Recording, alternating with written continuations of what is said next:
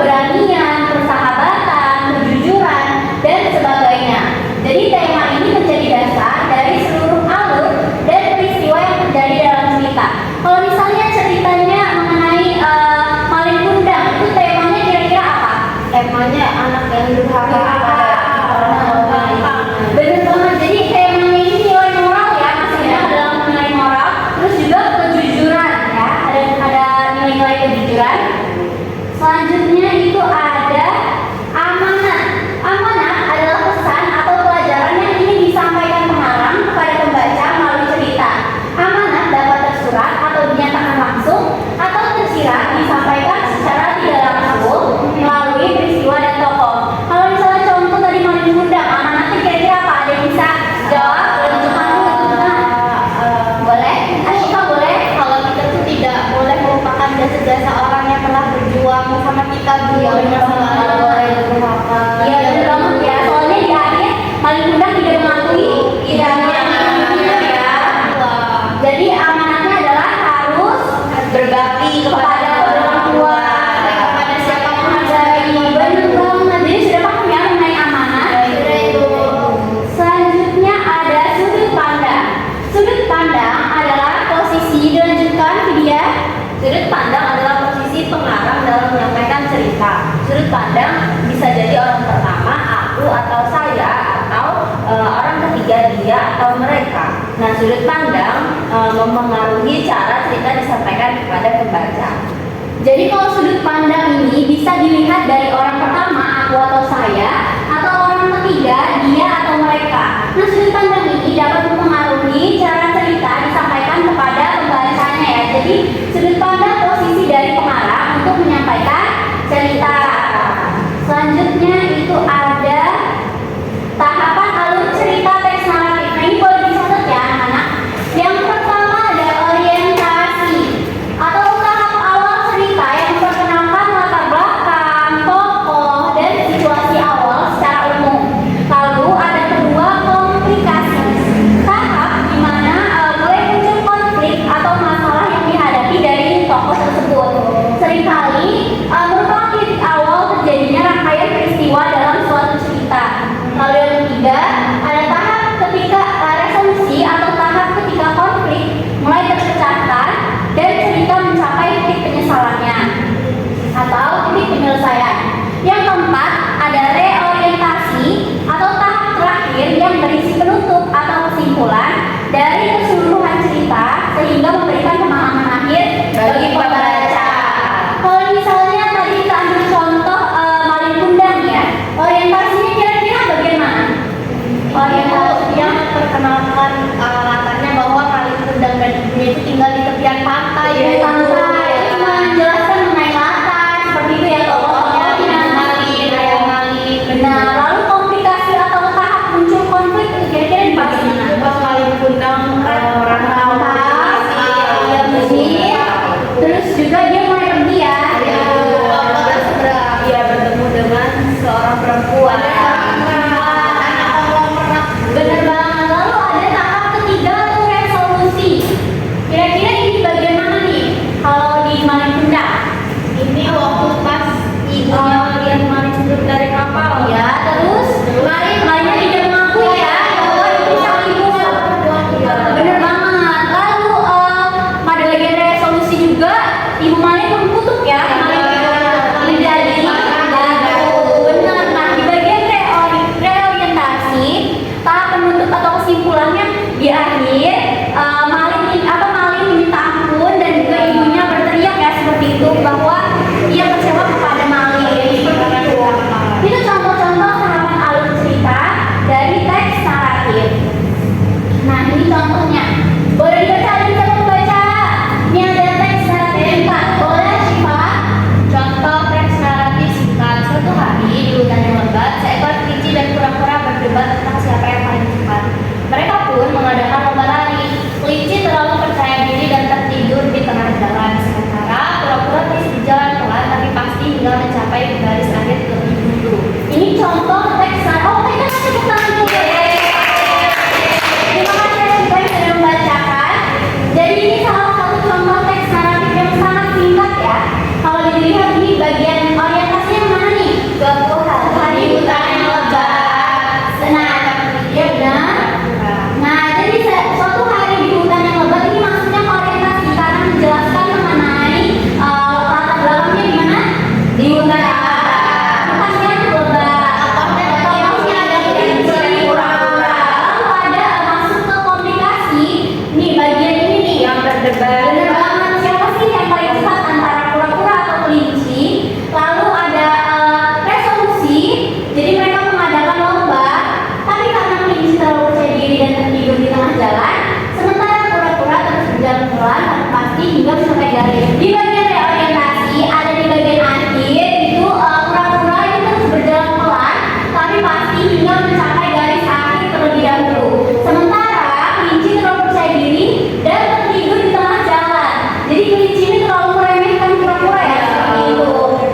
Jadi kesimpulannya kira-kira apa nih? Kesimpulannya boleh bisa?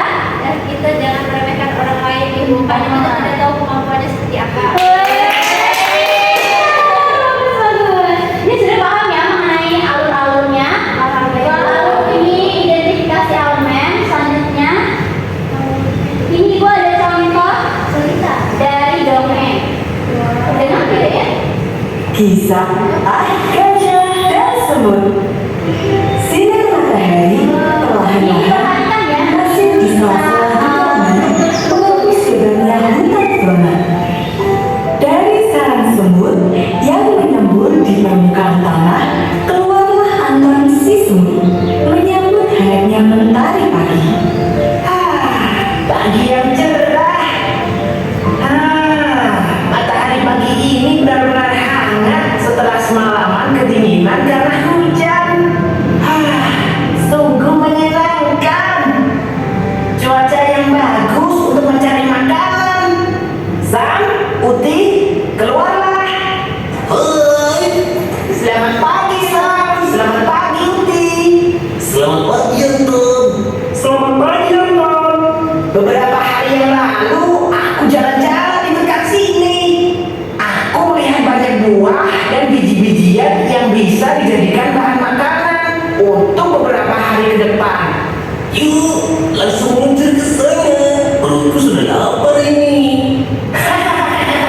Kau ini memang masih penyedot makanan. Setiap dengar kata makanan, jadi lapar terus. Kan aku butuh banyak makanan biar bisa menjadi kuat memotong. Iya. Yuk, kita langsung berangkat sebelum matahari semakin terik. Begitulah kawanan semut ini memulai perjalanan mencari bahan makanan. Mereka menyusuri sungai kecil yang mengalir lurus. Kita sudah hampir sampai. Lihatlah, sudah mulai kelihatan buahnya. Setelah itu, mereka sibuk bergotong royong untuk mengumpulkan makanan. Semua saling membantu. Hal ini membuat pekerjaan mereka cepat selesai. Semua kalau dikerjakan bersama-sama pasti selesai. Yes, semua sudah terkumpul. Saatnya kita pulang. Namun, tiba-tiba saja tanah mengeras. Rupanya itu Evan, si gajah pemarah. Hei Evan, berapa kali ku bilang untuk berhati-hati kalau jalan.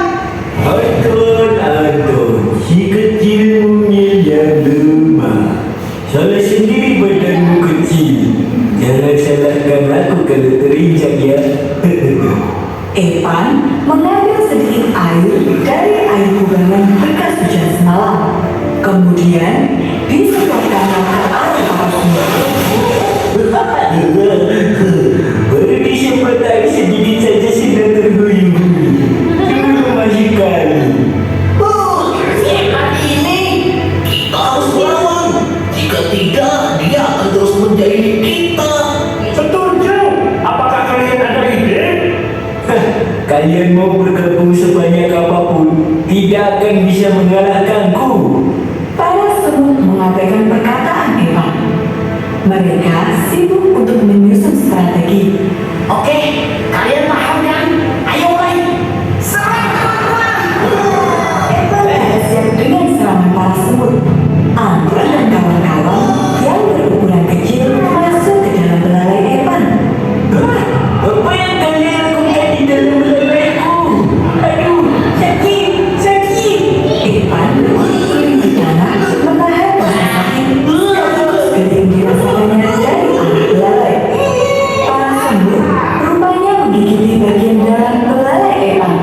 Setelah dirasa cukup, Anton dan kawan-kawan pun keluar dari belalai Evan. Bagaimana Evan? Masih meremehkan kami yang kecil mungil ini? Aku Anton, jika ditunggu. Maafkanku karena selalu meremehkan kalian. Walaupun tubuh kalian kecil, namun kalian dapat mengalahkanku yang besar ini. Kami terima permintaan maafmu. Lain kali jangan meremehkan hewan lain ya. Belum tentu dia lebih lemah darimu. Evan dan Anton pun berbaikan. Evan berjanji akan lebih tidak mengganggu hewan lain. Pesan dari cerita ini adalah berbangga diri boleh, namun janganlah berlebihan hingga meremehkan orang lain. Belum tentu kita lebih baik dari mereka yang kita remehkan.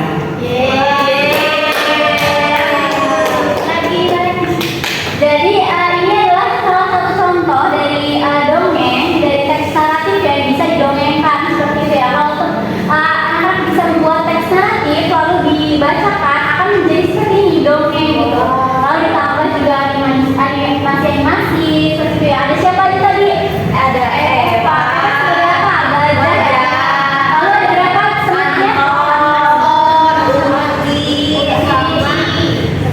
Jadi ada berapa semuanya? Iya.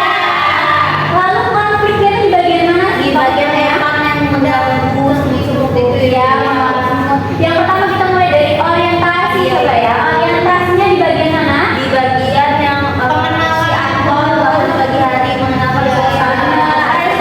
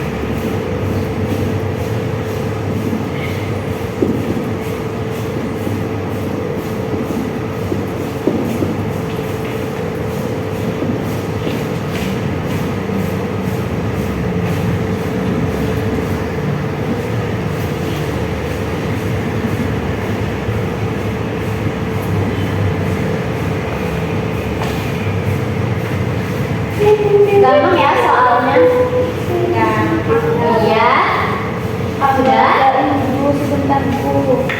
Coba dicek.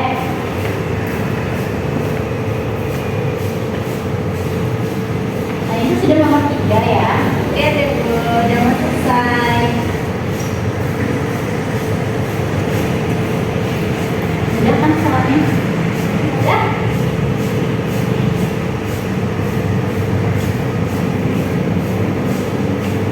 Asyifa sudah mau selesai.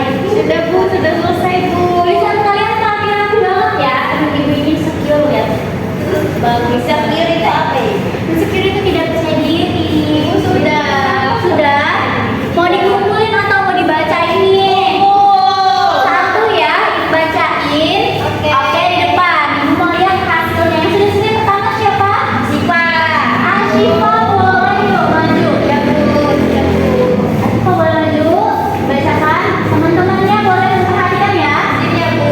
Ya. Soal cerita. Suatu pagi, seekor kelinci berlari-lari kecil di hutan. Ia terlalu asyik sehingga tidak melihat sebuah lubang di depannya, dan kelinci pun terjatuh. Setelah beberapa kali mencoba, akhirnya kelinci berhasil memanjat keluar dari lubang. Ia belajar untuk lebih berhati-hati saat berlari.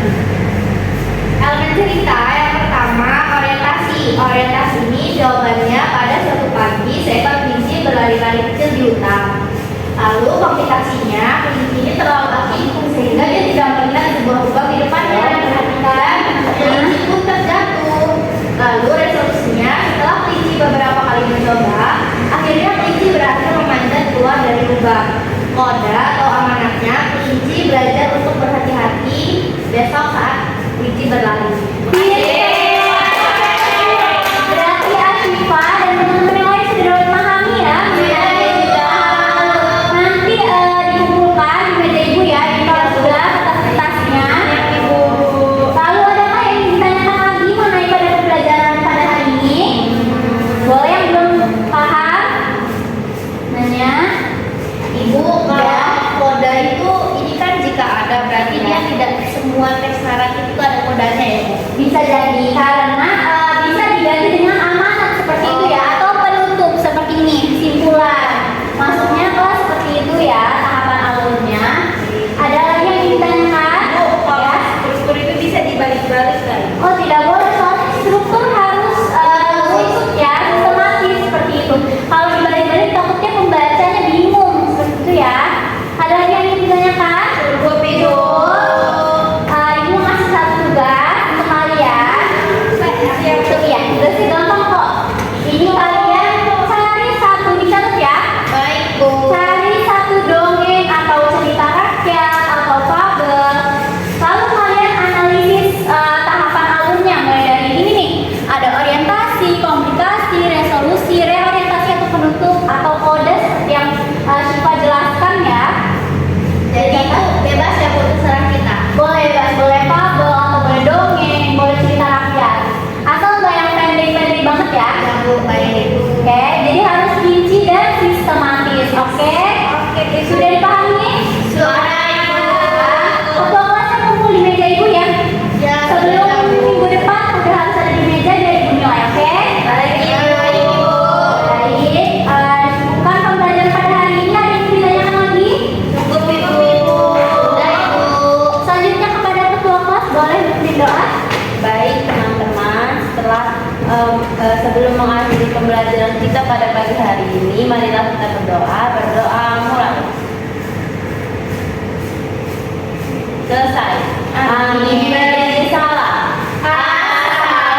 Assalamualaikum warahmatullahi wabarakatuh. Terima kasih Ibu. Terima kasih yang sudah mendengarkan, sudah mengikuti kuis, sudah menonton video dongeng ya. Semoga pembelajaran pada hari ini bermanfaat. Untuk tugasnya jangan lupa dikerjakan. Baik, Kita bahas kalau mengumpulkan meja itu ya. Iya. Terima kasih.